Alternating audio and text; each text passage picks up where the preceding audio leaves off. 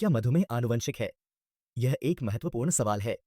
मधुमेह या डायबिटीज एक ऐसी बीमारी है जिसमें शरीर सही तरीके से इंसुलिन का उपयोग नहीं कर पाता। इंसुलिन एक हार्मोन है जो हमारे रक्त में शुगर के स्तर को नियंत्रित करता है। आनुवंशिकता का मतलब होता है कि कुछ बीमारियां हमारे जीन में होती हैं। अगर आपके परिवार में किसी को मधुमेह है, तो आपके लिए भी इसका खतरा बढ़ जाता है। लेकिन इसका मतलब यह नहीं है कि आप भी इसे जरूर पाएंगे। मधुमेह के दो मुख्य प्रकार हैं। पहला टाइप 1 मधुमेह, जो आमतौर पर बचपन में या किशोरावस्था में होता है। दूसरा टाइप 2 मधुमेह, जो आमतौर पर वयस्कता में विकसित होता है। दोनों प्रकारों में आनुवंशिकता का योगदान हो सकता है।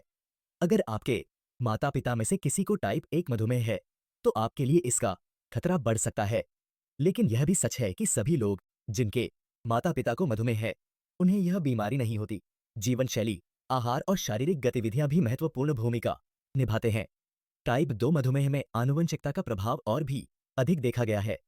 यदि आपके परिवार में किसी को यह बीमारी है, तो आपको अपना ध्यान रखने की आवश्यकता है। नियमित व्यायाम, संतुलित आहार और वजन नियंत्रण इस बीमारी से बचने में मदद कर सकते हैं।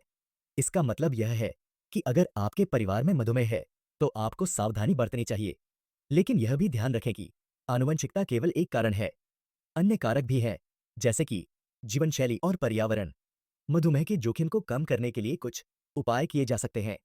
नियमित रूप से स्वास्थ्य की जांच करें, सही खान पान का ध्यान रखें और शारीरिक गतिविधियों में हिस्सा लें। ये सभी बातें आपको स्वस्थ रहने में मदद करेंगी।